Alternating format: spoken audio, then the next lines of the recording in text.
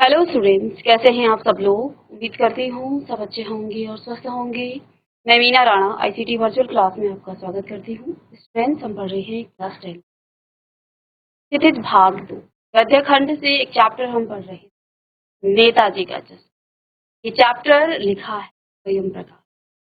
तो ये नेताजी का चश्मा, ये चैप्टर में हमने आधा पढ़ लिया।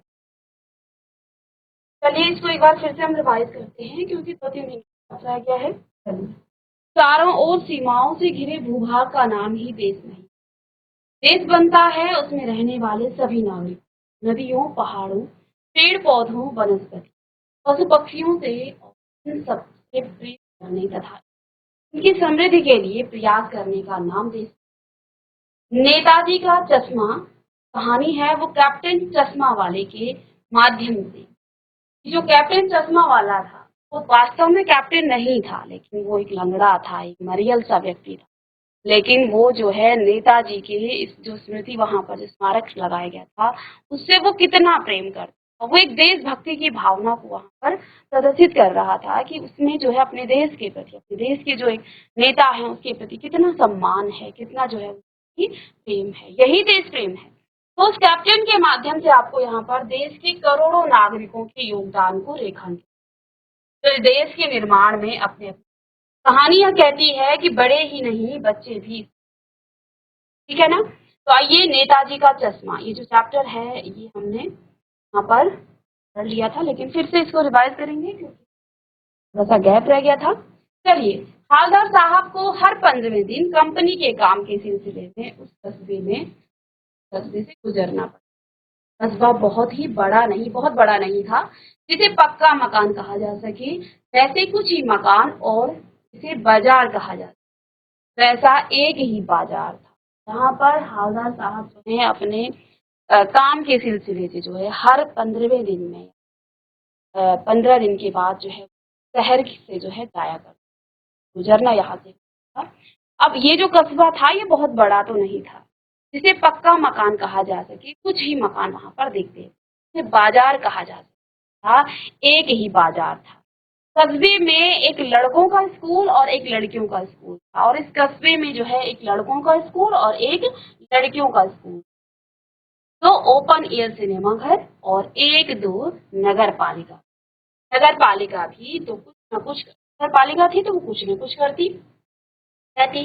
कभी कोई सड़क पक्की करवा दी, तो नगर पालिका का काम क्या होता है, उस शहर के जो है जो मकाने हैं वहां का जो विकास कार्य है, ठीक है ना। तो कोई सड़क पक्की करवा दी, कभी कोई पेशाब घर बनवा दिए गए, कभी कबूतरों की बनवा दी, तो कभी कभी सम्मेलन करा। इसी नगर पालिका के उत्साही बोर्ड या प्रशासनिक अधिकारी ने एक बार शहर के मुख्य बाजार के मुख्य चौराहे नेताजी सुभाष चंद्र की एक संगमरमर की प्रतिमा लगवा कर सलाह दी कि यहाँ पर जो है इस चौराहे पर नेताजी की एक प्रतिमा लगानी।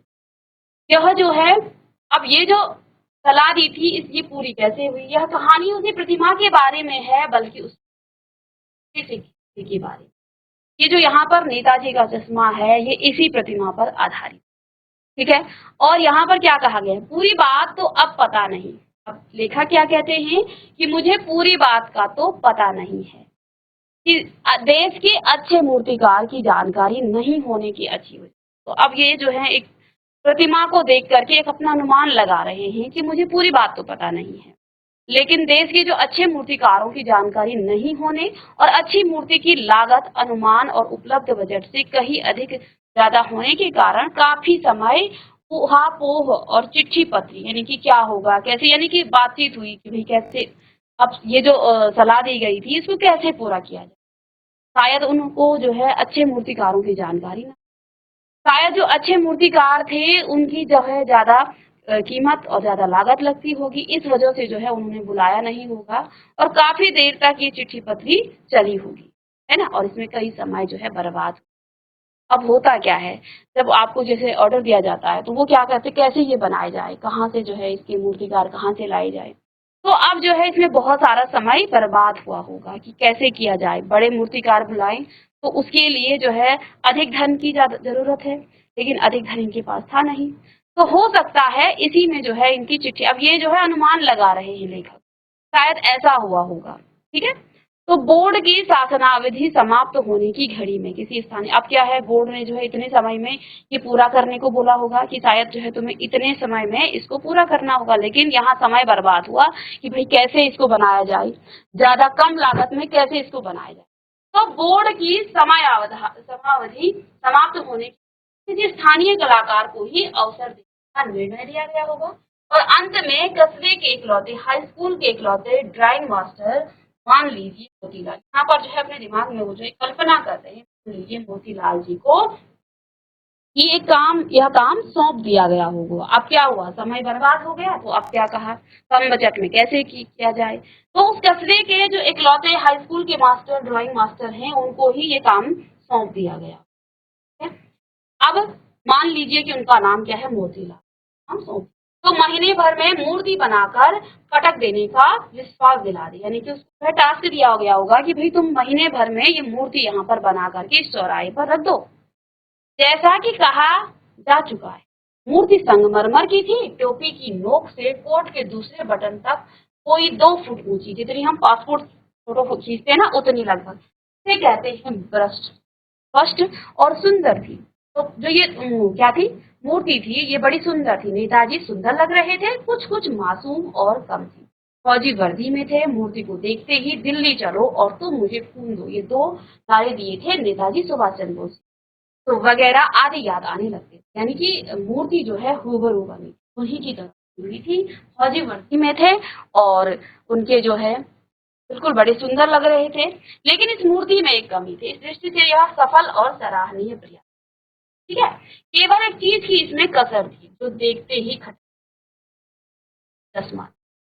अब ये जो नेताजी का चश्मा है यहीं से स्टार्ट हो, इस मूर्ति में सब कुछ था लेकिन नेताजी की आंखों में चश्मा, संगमरमर का नहीं था। देखिए ये चश्मा, यानी चश्मा तो था, अब चश्मा भी था लेकिन संगमरमर, क्योंकि मूर्ति पूरी संगमरमर की बनी हुई थी और चश्मा इस पर ओरिजिनल, यानी कि जो चश्मा हम पहनते हैं वही चश्मा उस पर लगा हुआ। ठीक है, एक सामान्य और सचमुच के चश्मे का चौड़ा काला फ्रेम मूर्ति को पहना।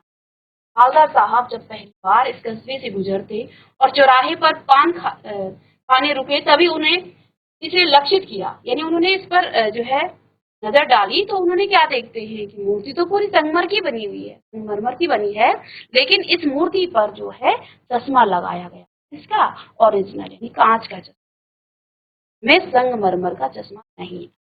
उस मूर्ति के लिए ओरिजिनल क्या है, ओरिजिनल यानी कि पत्थर की नहीं थी, चश्मा जो है पत्थर का नहीं था।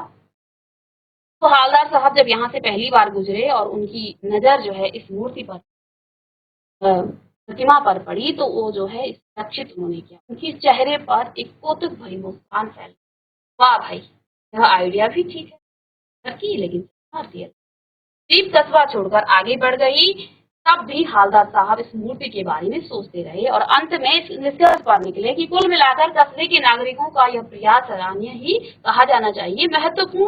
महत्व मूर्ति के रंग रूप या कद का नहीं, उस भावना का है, वरन तो देशभक्ति आजकल ये चीज होती जा रही है। हवलदार साहब बड़े खुश होते हैं कि आज भी लोगों को ऐसा लगता है कि अगर इस मूर्ति पर जो है चश्मा नहीं है तो इस पर जो है अपना ओरिजिनल चश्मा लगा दिया जाए। तो इस देशभक्ति की भावना को देख मन में जो है आज भी हमारे देश में ऐसे लोग। दूसरी बात, जब हवलदार साहब उधर से गुजरे तो उन्हें मूर्ति में कुछ अंतर दिखाई दिया।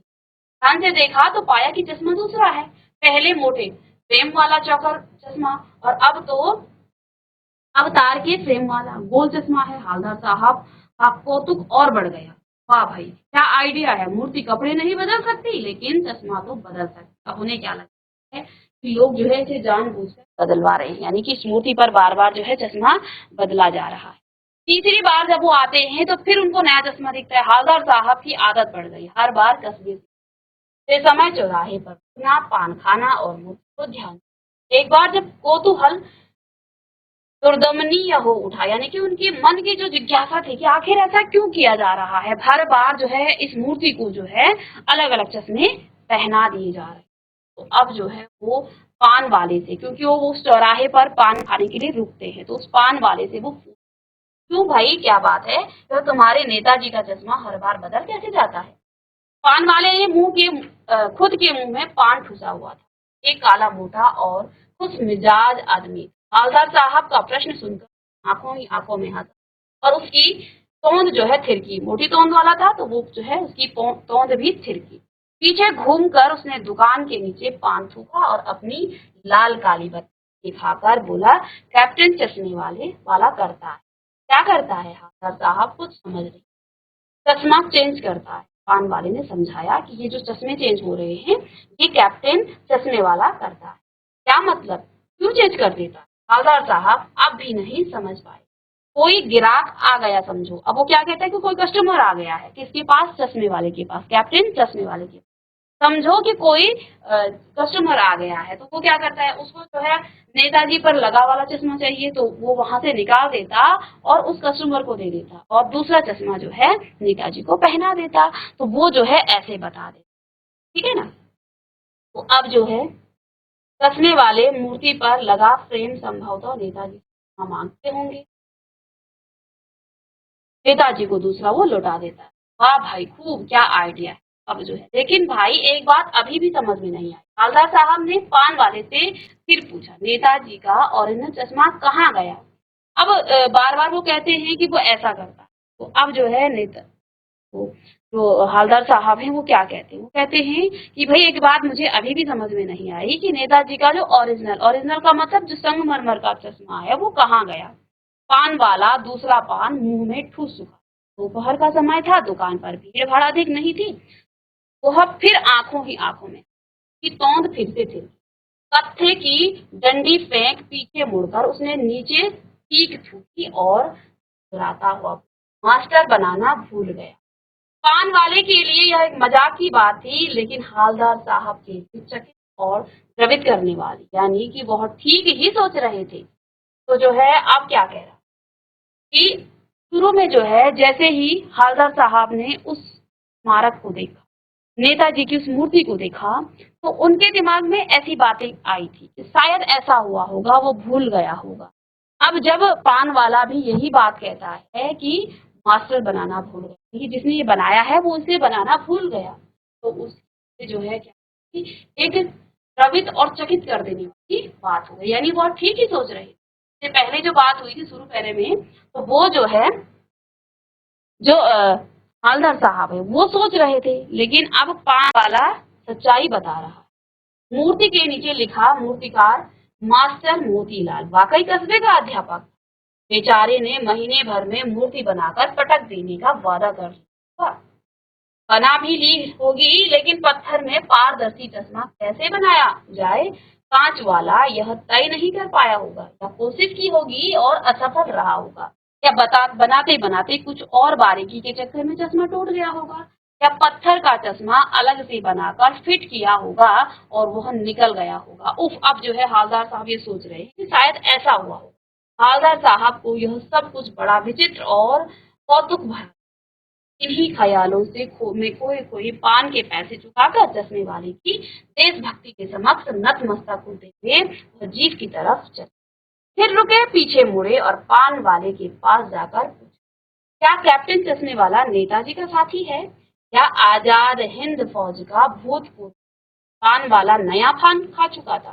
पान पकड़े अपने हाथ को मुंह को से जो है 1.5 इंच दूर रोक कर उसने हवलदार साहब को ध्यान से देखा।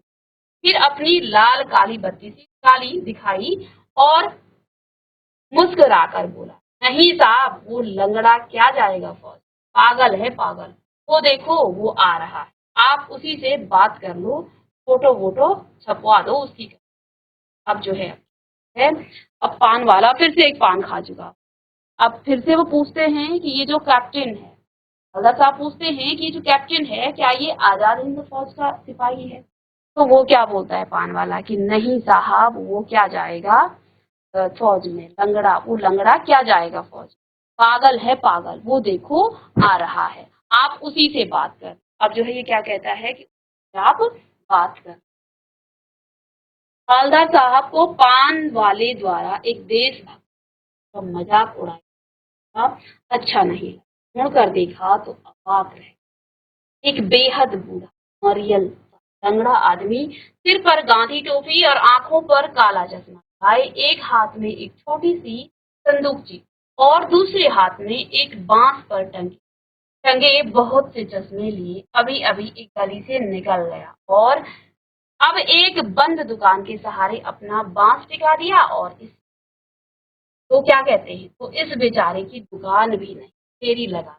अब जो है हालदार साहब उसे देखते हैं और चकित रह जाते हैं, अवाक रह जाते हैं, देखते ही देखते रहते हैं कि ये एक ऐसा आदमी है जिसको कैप्टन कहा जा रहा है। वो आदमी क्या है, बेहद बूढ़ा है, मरियल सा है, लंगड़ा आदमी है, सिर पर उसने गांधी टोपी पहनी हुई है और आंखों पर उसके काला चश्मा और उसने जो है एक हाथ में एक छोटी सी संदूकची और दूसरे हाथ में एक बांस पर जो है टंगे बहुत से चश्मे लिए अभी अभी एक गली में वो निकला। ठीक है, गली से निकला वो और अब जो है एक बंद दुकान के सहारे, यानी कि उसके पास अपनी खुद की दुकान भी नहीं है, फेरी लगाता है वो, है ना। तो हालदार साहब चक्कर में पड़ गए, पूछना चाहते थे इसे कैप्टन क्यों कहते हैं, क्या यही इसका वास्तविक नाम है, लेकिन पान वाले ने साफ बता दिया था कि अब वह इस बारे में और बात करने को तैयार नहीं।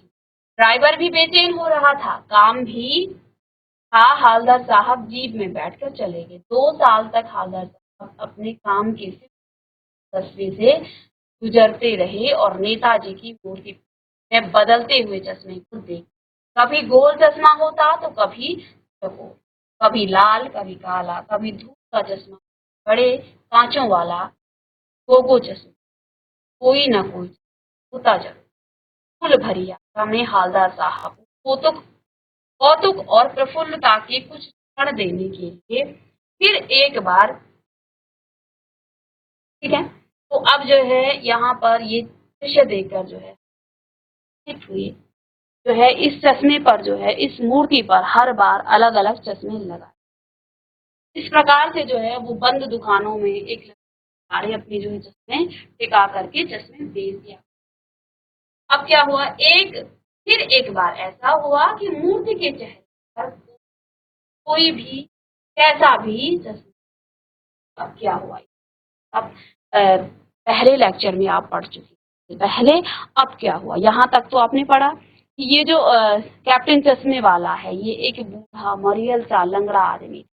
हालदार साहब इसे देख करके चकित होते, पूछना चाहते हैं कैप्टन से बहुत कुछ, लेकिन अब जो है वो जो पान वाला है उसने बिल्कुल मना कर दिया था कि अब जो है आप इसी से पूछिए। ठीक है, और साथ में उनका जो ड्राइवर था वो भी परेशान हो रहा था, काम भी था, इसलिए वो वहां से उस दिन चले गए। अब 2 साल तक वो लगातार देखते रहे और इस मूर्ति पर हर बार वो जो है एक नया चश्मा।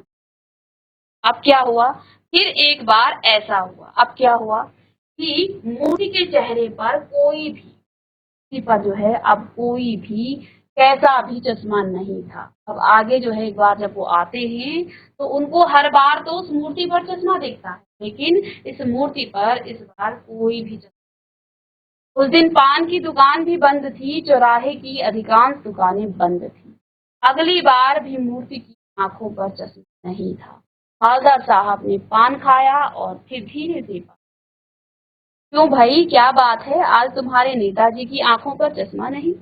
तो अब जो है हवलदार साहब पूछता, अब क्या बात हुई, हमारे नेताजी के जो स्मारक है जो लगी हुई है उसमें चश्मा क्यों नहीं है, आंखों में चश्मा क्यों नहीं है। पान वाला उदास हो गया, उसने पीछे मुड़कर मुंह का पान नीचे थूका और सिर झुकाकर अपनी धोती के सिरे से जो है पहुंचता हुआ बोला, साहब कैप्टन।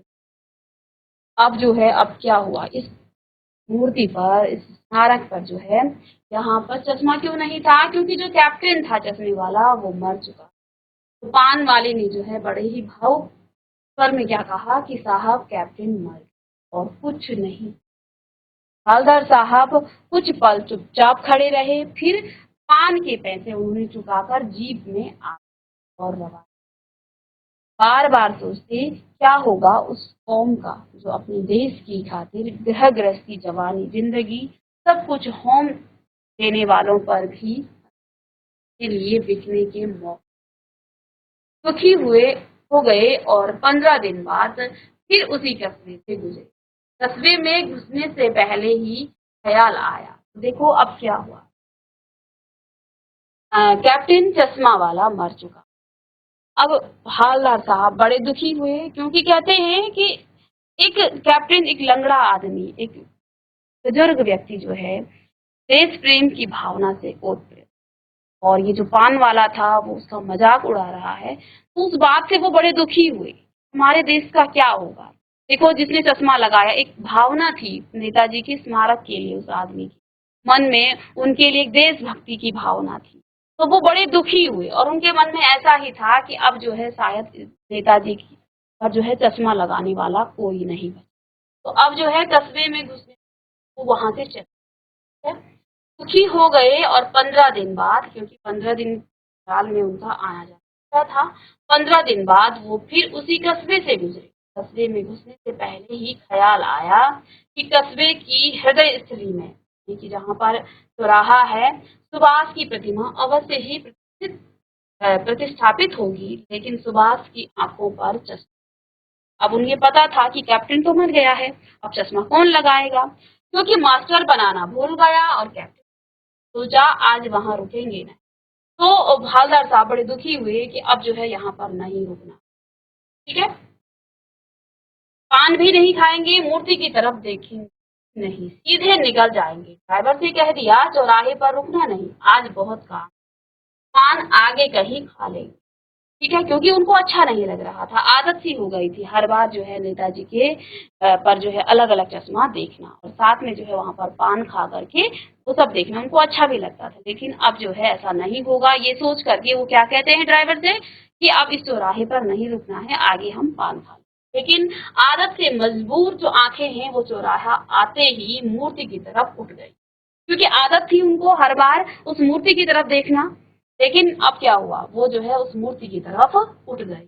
कुछ ऐसा देखा, चीखे, रोको, जीप स्पीड में थी, ड्राइवर ने जोर से ब्रेक मारी। तो अब जो है, क्योंकि उन्होंने कहा कि रोकना नहीं है, सीधे जाना है, स्पीड में जानी है यहाँ से, ताकि मैं उस मूर्ति की तरफ ना देखूं। लेकिन उनकी आंखों की आदत थी, हर बार वो उस मूर्ति की तरफ देखते थे। लेकिन जैसे ही वो उस मूर्ति की तरफ देखते हैं, एकदम से चिल्ला उठते हैं, रोको। जीप स्पीड में थी और ड्राइवर ने एकदम से ब्रेक मारा, तो जोर से ब्रेक।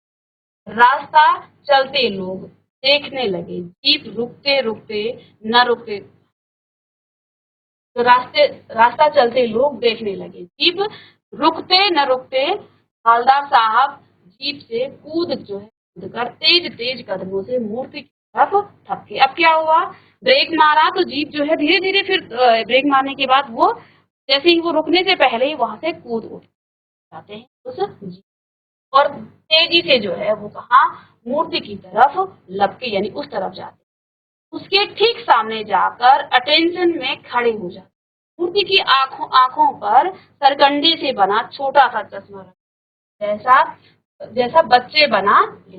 हवलदार साहब भावुक हुए और इतनी सी बात पर उनकी भर। तो अब वो क्या देखते हैं, वहां पर उस मूर्ति पर जो है बच्चों ने चश्मा लगा दिया, और इस बात को देख करके हवलदार भावुक हो जाते हैं और इस बात से उनकी आंखों की आंसू आ जाते हैं। तो ये था आपका नेताजी का चश्मा। अब देखिए यहाँ पर क्या कहा है कि हमारे देश के जो बच्चे हैं उनमें भी अभी भी देश, क्यों वो भावुक हुए, क्योंकि उन्हें अब जो है ऐसा लगा कि जो छोटे छोटे बच्चे हैं उनमें भी जो है, उनके मन में भी हमारे देश के प्रति देशभक्ति की, नेताजी के प्रति जो है भाव है, जो कि कैप्टन के मन।